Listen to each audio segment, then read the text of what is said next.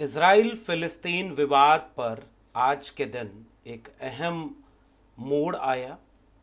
UN ने एक बैठक की जिसमें ये तय किया गया था कि protection of civilians and upholding legal and humanitarian obligation, इस पर वोट किया जाएगा। वोटिंग खत्म होने के वक्त यानी 27 अक्टूबर 2023 को 3:49 पर शाम को जब निर्णय आया तो 120 देशों ने इसके पक्ष में वोट दिया, 14 देशों ने विरोध में वोट दिया और 45 देश इस वोटिंग से अनुपस्थित रहे और एब्सटेन करने वाले देशों में भारत भी शामिल है। इस बात से लेकर के यह सवाल उठना लाजिम हो रहा था कि भारत की विदेश नीति असल में इजराइल और फिलिस्तीन के सवाल पर कहां खड़ी है। शुरुआती दौर का अगर जिक्र करें तो भारत के प्रधानमंत्री ने पहले ही ट्वीट में हमास के हमले की निंदा करते हुए इजराइल के साथ खड़े होने को चुन लिया था और उसके बाद लगातार इजराइल के पक्ष में खड़े रहे। पर फिर ठहर कर सोचने की जरूरत है कि भारत का रुख इजराइल और फिलिस्तीन विवाद के बीच क्या था, इसका इतिहास क्या है। और याद रखिएगा, भारत के आज़ादी के वक्त जब अंग्रेज इसे भारत और पाकिस्तान में बांट रहे थे, उस समय भी एक झगड़े का बीज बोया जा रहा था। और ठीक वही 1947 और 48 का वक्त है जब इजराइल और फिलिस्तीन के बीच एक ऐसा विवादित फैसला लिया जा रहा था जिसका खामियाजा आज तक दोनों देशों की आवाम और खासकर फिलिस्तीन की आवाम को उठाना पड़ रहा है। क्योंकि इजराइल 1948 में अस्तित्व में आया और नक्शे को फिर से देखिए, बार बार देखिए, एक देश कैसे दूसरे देश को लील कर चला गया, कब्जा करता चला गया, उसके वजूद, उसके आत्मविश्वास, उसके संप्रभुता सबको कब्जे में लेता चला गया। और आज आपको केवल और केवल हमास को सामने रखकर दिखा रहा है, देखो हमास कितना बुरा है, देखो वो बमबारी कर रहा है। इस इतिहास में कोई जानना नहीं चाहता या आप समझना नहीं देना चाहते कि हमास पैदा कैसे हुआ। इसको समझने के लिए भारत के उस पूरे इतिहास को समझें जिसमें इंदिरा गांधी, अटल बिहारी वाजपेयी जैसे प्रधानमंत्री खुलेआम फिलिस्तीन का समर्थन करते हैं और आज नरेंद्र मोदी का पहला ही ट्वीट इजराइल के समर्थन में खड़ा हो जाता है अपनी दोस्ती निभाने के लिए। इतिहास के पन्नों पर गौर करें तो नवंबर 1947 को संयुक्त राष्ट्र ने विभाजन रेखा योजना बनाई और इसका विरोध करने वाले कुछ देशों में से भारत सबसे आगे था, जिसने कुछ माह पहले ही आजादी पाई थी और फिर भी उसने अपने दृष्टिकोण से संप्रभुता और स्वयंभू होने का फर्क समझ में आया था, इसलिए उसने इसका विरोध किया। और उसके बाद दशकों में भारतीय राजनीतिक नेतृत्व ने सक्रिय रूप से फिलिस्तीनी मुद्दे का समर्थन किया और इजराइल के साथ पूर्ण राजनयिक संबंधों से परहेज किया। 1950 में भारत ने इजराइल को मान्यता तो दे दी, लेकिन वह फिलिस्तीनी लिबरेशन ऑर्गेनाइजेशन यानी पीएलओ को फिलिस्तीन के एकमात्र प्रतिनिधि के रूप में मान्यता देने वाला पहला गैर अरब देश था भारत वर्ष 1988 में फिलिस्तीन के राज्य के दर्जे को मान्यता देने वाले देशों में शुरुआती देशों में से एक देश था। यानी भारत मूलतः 1947 से लेकर के इजराइल के खिलाफ फिलिस्तीन के समर्थन में है। हाँ, 1950 में उसने मान्यता दे दी इजराइल को, लेकिन फिलिस्तीन को छोड़ा नहीं। साल 2014 में भारत ने गाजा में इजराइल के मानवाधिकार उल्लंघनों की जांच के लिए यूएनएचआरसी के प्रस्ताव का समर्थन किया था। इस जांच का समर्थन करने के बावजूद भारत ने साल 2015 में यूएनएचआरसी में इजराइल के विरुद्ध मतदान से परहेज किया था। ये एक इतिहास है क्योंकि कूटनीतिक रास्ता लिया था इजराइल से। उनको रक्षा सौदों का भी तो पूरा एक भविष्य बचाए रखना था। लिंक वेस्ट पॉलिसी के एक हिस्से के रूप में भारत ने साल 2018 में इजराइल और फिलिस्तीन के साथ अपने संबंधों को अलग अलग देखने का दृष्टिकोण अपनाया ताकि दोनों देशों से परस्पर स्वतंत्र और अलग अलहदा संबंध बरकरार रखा जा सके। भारत ने संयुक्त राष्ट्र आर्थिक और सामाजिक परिषद यानी ECOSOC में इजराइल द्वारा पेश किए गए एक निर्णय के पक्ष में मतदान किया, जिसमें एक फिलिस्तीनी गैर सरकारी संगठन को सलाहकार का दर्जा देने पर आपत्ति जताई गई थी। अभी तक भारत ने एक और फिलिस्तीनी आप निर्णय के प्रति अपनी ऐतिहासिक नैतिक समर्थन की छवि को बनाए रखने की कोशिश की और दूसरी तरफ इजराइल से रक्षा जैसे तमाम मसलों पर सौदा बरकरार रखने का भी एक रास्ता गलियारा खुला रखा। भारत संघर्ष को हल करने का एकमात्र व्यवहारिक साधन के रूप में संवाद और कूटनीति की वकालत करता है। भारत दो देशों के सिद्धांत पर अमल करना चाहता है। भारत अपने यहाँ भी जैसे भारत और पाकिस्तान को द्विपक्षीय मसला मानता है, वैसे वहाँ भी ये मानता है और अंततः भारत का ऐतिहासिक संदर्भ वंचित और कमजोर के पक्ष में है और ऐसे में वह फिलिस्तीन के पक्ष में खड़ा होता रहा है। आपको अटल बिहारी वाजपेयी का भाषण इस वक्त लोग बार बार याद कर रहे हैं। प्रधानमंत्री नरेंद्र मोदी ने एक शब्द भी फिलिस्तीन के लिए नहीं बोला। हाँ, गाजा पट्टी में मदद के लिए, मानवीय मदद के लिए सामग्री भेजी, लेकिन ट्वीट में समर्थन इजराइल का और आज के मतदान से परहेज ये दिखाता है कि शेर ने विदेश नीति में अंधभक्तों के जो विदेशों में डंका बज रहा है उस डंके को फोड़ दिया है। और बाद में यह देखने को मिलता है कि गाजा में जरूरी सामानों की मदद के लिए अपना विमान भेजा, युद्ध को रोकने की बात की, मगर आज जब यूएन में वोटिंग हो रही थी कि क्या इसमें मानवीय आधार पर इस युद्ध को रोका जाए, नागरिकों के हक को और उनके मानवीय अधिकार को संरक्षित किया जाए, तो भारत इस मतगणना में शामिल नहीं होता है। उसने एक प्रस्ताव नई दिल्ली ने दिया कि आप हमास का आतंकवादी संगठन की तर्ज पर शामिल करिए और निंदा कीजिए, और ये जब प्रस्ताव शामिल नहीं हुआ तो इससे भारत ने दूरी बना ली।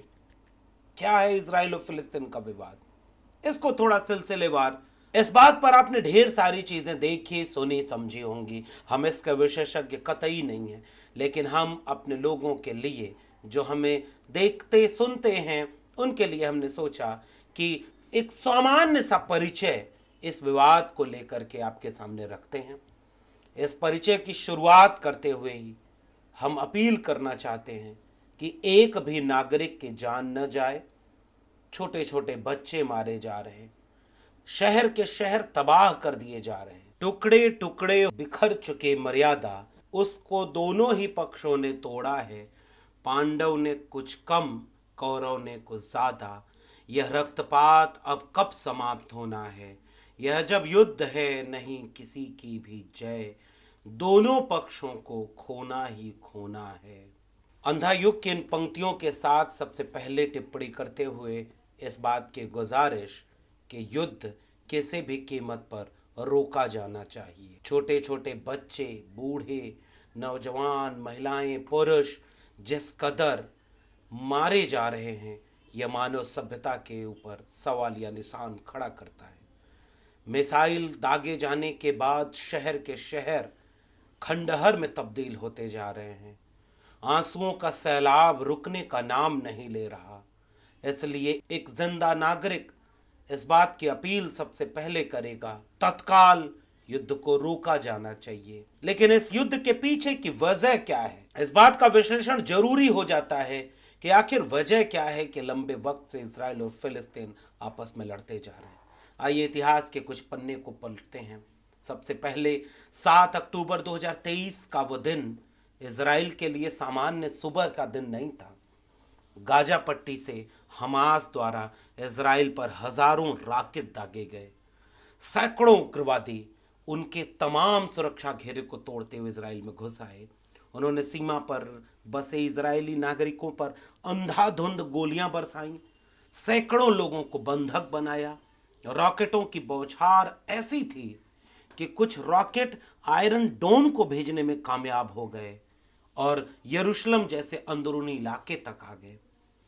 ऐतिहासिक दृष्टि से 7 अक्टूबर की यह सुबह इजराइल के ऊपर भी सवाल खड़ा कर रही थी कि उनका सुरक्षा कवच ध्वस्त हो गया था। फिलिस्तीनी ऐसा युद्ध नहीं छेड़ेंगे जिसे वे जीत न सकें। मगर इस सुबह ने बहुत कुछ बदल कर रख दिया। इजराइल ने जवाबी कार्रवाई शुरू कर दी गाजा पट्टी और फिलिस्तीन के इलाके के ऊपर, और इस दो तरफा कार्रवाई में लगातार लोगों के आंसुओं के सैलाब से भरी तस्वीरें आ रही हैं। आइए इतिहास के पन्ने पर पलटें तो पहले शुरुआत इस विवाद की 19वीं सदी के अंत में 20वीं सदी के आरंभ से देखी जाती है, जब फिलिस्तीन में यहूदियों के आगंतुकों और अरब आबादी के बीच तनाव पैदा हुआ। 1917 में प्रथम विश्व युद्ध के दौरान ब्रिटिश सरकार ने बाल्फोर घोषणा यानी बाल्फोर डिक्लेरेशन की, जिसमें फिलिस्तीन में यहूदी लोगों के लिए एक राष्ट्रीय गृह की स्थापना का समर्थन किया गया। सेकेंड वर्ल्ड वॉर में साल 1947 वो लम्हा है जिसने इस पूरे विवाद को खड़ा किया।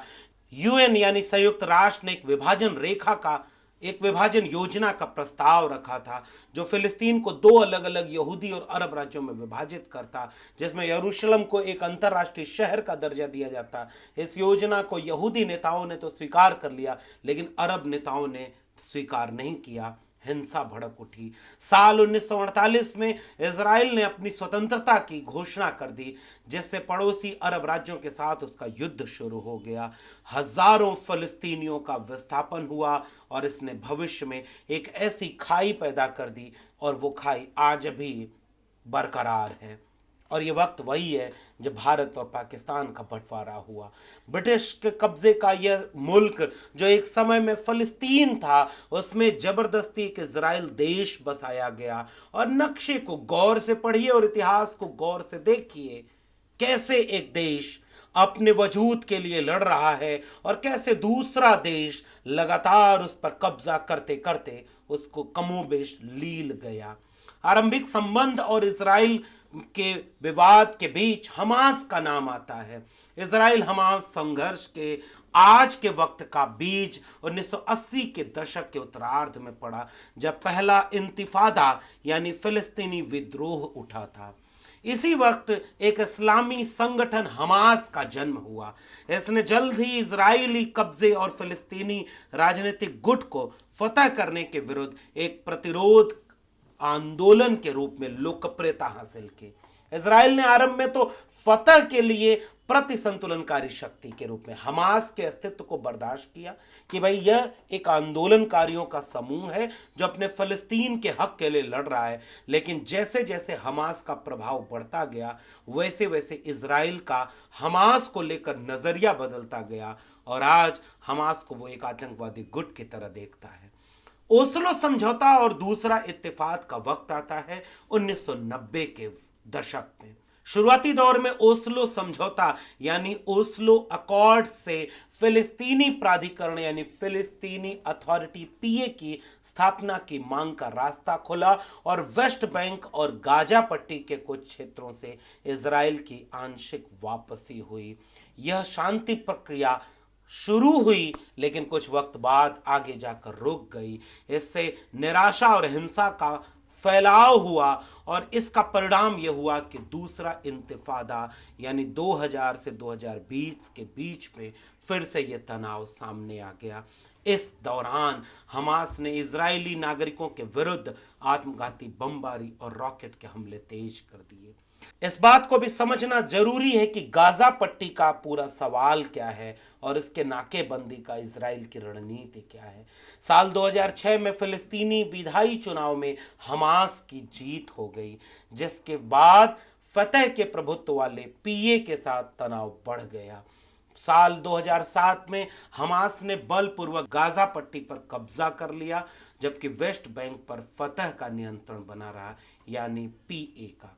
इजराइल ने हथियारों की तस्करी और हमलों को रोकने के लिए गाजा की नाकेबंदी की। इस नाम पर जब इजराइल ने उनको घेरा तो इस बात का विरोध हमास ने किया कि गाजा के नागरिकों की मानवीय चिंताओं और आर्थिक कठिनाइयों का हिसाब कौन देगा। इस बात से नाराज गाजा पट्टी के लोगों ने इजराइल से सवाल करना शुरू किया। इस पूरे विवाद में बार बार संघर्ष और युद्ध विराम का इतिहास सामने आता है।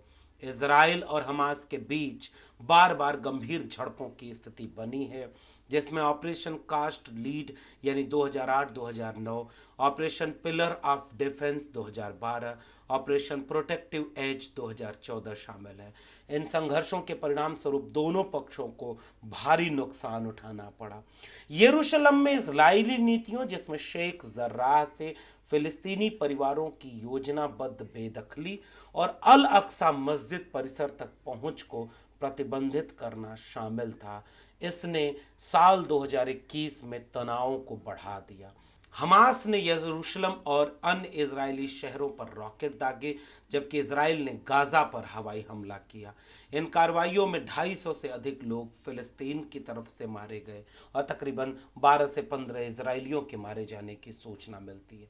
अमेरिका और अन्य अंतर्राष्ट्रीय अभिकर्ताओं के समर्थन से मिस्र द्वारा दोनों पक्षों के बीच युद्ध विराम कराया गया। और आज का वक्त क्या है कि आज इजराइल हमास संघर्ष भूमि, ये जो संघर्ष है, ये जमीन का, अपनी संप्रभुता का और सुरक्षा को लेकर संघर्ष है। इस साल 2023 के 7 अक्टूबर को जब हमास ने अचानक इजराइल पर हमला कर दिया, तो हमास द्वारा इजरायली क्षेत्रों पर हजारों रॉकेट दागे गए। इजराइल ने गाजा पर भारी हवाई हमला का जवाब दिया और दोनों के बीच इन सब चीज़ों के साथ तस्वीरें ऐसी आने लगी जो किसी भी जिंदा मनुष्य को परेशान करती हैं।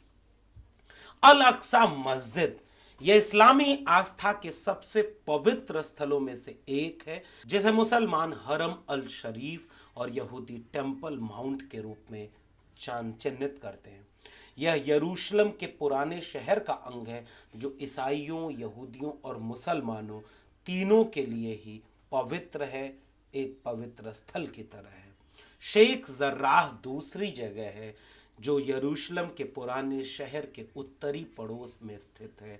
साल 2048 में जब ऐतिहासिक फिलिस्तीनी भूभाग में इजराइल राज्य की स्थापना की गई, तो लाखों फिलिस्तीनियों को उनके घर से बेदखल कर दिया गया था। उन फिलिस्तीनी परिवारों में से 28 परिवार पूर्वी यरूशलेम के शेख जर्राह में जाकर बस गए। तीसरी जगह है वेस्ट बैंक, जो स्थल रुद्ध क्षेत्र है, यानी पश्चिमी मृत सागर का एक बड़ा भाग। अरब इजराइल युद्ध जो 1948 में हुआ, इसके बाद इस पर जॉर्डन ने कब्जा कर लिया था, लेकिन साल 1967 के 6 दिवसीय युद्ध के दौरान इजराइल ने वापस छीन लिया और तब से ये इजराइल के कब्जे में है। गाजा पट्टी इजराइल और मिस्र के बीच एक पट्टी नुमा आकृति है, जहां इजराइल ने 1967 के बाद कब्जा कर लिया, लेकिन ओस्लो शांति प्रक्रिया के दौरान गाजा शहर और इसके अधिकांश भूभाग के दिन प्रतिदिन प्रशासन का नियंत्रण छोड़ दिया। साल 2005 में इजराइल ने एक तरफा तरीके से इस भूभाग से यहूदी बस्तियों को हटा लिया, हालांकि इसने यहां तक अंतर्राष्ट्रीय पहुंच को नियंत्रित करना जारी रखा। गोलन हाइट्स एक जगह है जो रणनीतिक रूप से महत्वपूर्ण पठार है। इजराइल ने साल 1967 में इस युद्ध में सीरिया से जीत लिया था, 81 में इस पर कब्जा कर लिया। 2017 में इजराइल चाहता है कि एक राज्य के रूप में अपनी यहूदी पहचान और सुरक्षा को कायम किया जाए और अपने अधिकृत क्षेत्रों पर बसावट और नियंत्रण का विस्तार हो, जबकि फिलिस्तीन वेस्ट बैंक, गाजा पट्टी और पूर्वी यरूशलेम में एक स्वतंत्र एवं संप्रभु राज्य स्थापित करना चाहता है, जिस पर साल 1967 से इजराइल का कब्जा है। इजराइल कहता है कि फिलिस्तीनी उनके अस्तित्व के अधिकार को चिन्हित करें और हिंसा का त्याग करें, जबकि फिलिस्तीन कहता है इजराइल अपना सैन्य कब्जा और नाकेबंदी खत्म करे, हमारी बस्तियों को खाली कर दे। इजराइल कहता है यरूशलेम को अपनी अविभाजित राजधानी और पवित्र स्थलों पर हमारी पहुंच बरकरार रहे। फिलिस्तीन कहता है कि यरूशलेम उसकी राजधानी बने और उसके पवित्र स्थलों को उसकी पहुंच तक बरकरार रखा जाए। आज इन सब के बीच हम जानते हैं कि भारत की विदेश नीति भी निशाने पर है। हम जानते हैं कि इस तरह के तमाम विवादों के केंद्र में वो अरब देश हैं, जिस पर लंबे वक्त तक अमेरिका और तमाम पूंजीवादी देशों की नज़र इस लिहाज से रही कि वहाँ के संसाधनों पर कब्जा किया जा सके। ईरान, इराक, अगर आप भूले न हो तो आपको सद्दाम हुसैन से लेकर यासिर अराफात जैसे नेताओं को पढ़ना और देखना समझना चाहिए। सद्दाम हुसैन के ऊपर इसी अमेरिका ने यह आरोप लगाया कि इराक रासायनिक हथियार रखे हुए है और यह कहते हुए उसने हमला कर दिया। जांच हुई, सबूत मांगा गया, अमेरिका ने कोई सबूत पेश नहीं किया क्योंकि असल में कोई रासायनिक हथियार वहां मिले ही नहीं थे। और उसके बाद भी सद्दाम हुसैन को तानाशाह बता करके उन्हें गिरफ्तार किया गया।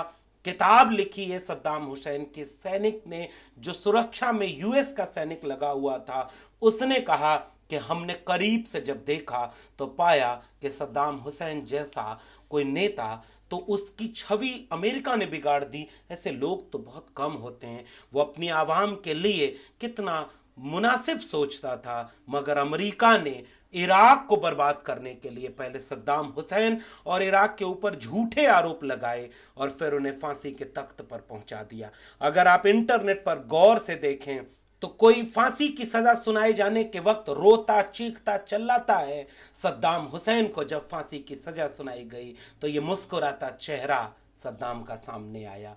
इस इतिहास को आप नहीं जानेंगे, आप ईरान के ऊपर हमले को नहीं जानेंगे, आप यासिर अराफात को नहीं जानेंगे, तो आप फलस्तीन के संघर्ष को नहीं समझ पाएंगे। एक ऐसा मुल्क जो अपनी आज़ादी के लिए, अपने हक के लिए लड़ रहा है, और इजराइल जो फलस्तीन को लगातार कब्जा करता जा रहा है। भारत दो राष्ट्रों के संप्रभु होने के अपने सैद्धांतिक पक्ष पर खड़ा था, लेकिन शुरुआत में बेंजामिन नेतन्याहू के साथ दोस्ती निभाने के चक्कर में प्रधानमंत्री नरेंद्र मोदी ने कोई और स्टैंड लिया, बाद में गाजा में मदद पहुंचाई, और अब इस वोटिंग में शामिल न होकर के उन्होंने एब्सटेन करके अपने कंफ्यूजन को बरकरार रखा है।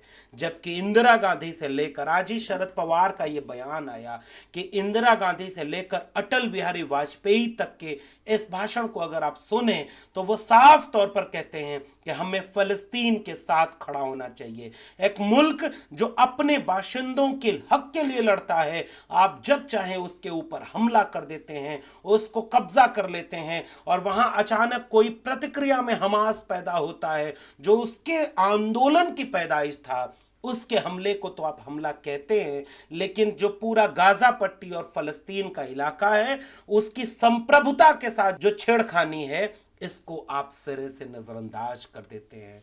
आज भारत में भक्तों की एक बहुत बड़ी आबादी इजराइल के साथ खड़ी हो जाती है। मणिपुर तक न पहुंच पाने वाले पत्रकार इजराइल पहुंच करके रोते भागते ड्रामेटिक रिपोर्टिंग करके अपने मुल्क के बाशिंदों के हक की अवहेलना करते हुए मजाक के पात्र बनते हैं। मगर अगर कोई भी व्यक्ति इस पूरे मसले को समझेगा तो वो ये देखेगा कि फलस्तीन को उसका हक, उसकी संप्रभुता और उसका अपनी जगह जमीन मिलनी चाहिए, इसमें कोई दो राय नहीं होगी।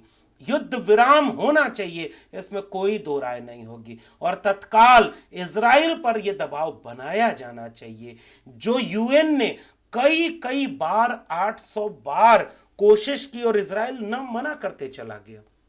इस पूरे विवाद को ठहर कर सोचने की जरूरत है। मैंने कुछ कुछ इशारे बस किए हैं, आप विस्तार में इस पर पढ़ें, सोचें, समझें। आपका नेता किसी से मित्रता निभाने के चक्कर में खड़ा हो जाए तो ऐसे मत खड़े हो जाइए। आज की तारीख में इराक हो, श्रीलंका हो, नेपाल हो, चीन, रूस, अमेरिका का द्वंद्व हो, भारत की विदेश नीति आज के वक्त में सबसे मुश्किल दौर में है। अमेरिका ने जब इजराइल के साथ खड़े होकर के ताकत देनी शुरू की, तो रशिया और चीन ने जब इसके भीतर दूसरी रणनीति अपनाई, फिलिस्तीन के साथ खड़े होने के तमाम लोगों के काम सामने आ गए, तो आज अब ऐसा लगता है कि अमेरिका अपने नापाक इरादों में बुरी तरह फंस रहा है। लेकिन ऐसे लोगों को आंसू नहीं दिखते, लोगों के मौत की तस्वीरें नहीं दिखती, बर्बाद होते उजड़ते शहर नहीं दिखते। हम चाहते हैं कि युद्ध रुके और भारत की विदेश नीति किसी स्वतंत्र संप्रभु राष्ट्र के साथ खड़ी हो, उसे मानवता के साथ खड़ा होना होगा। बहुत बहुत धन्यवाद।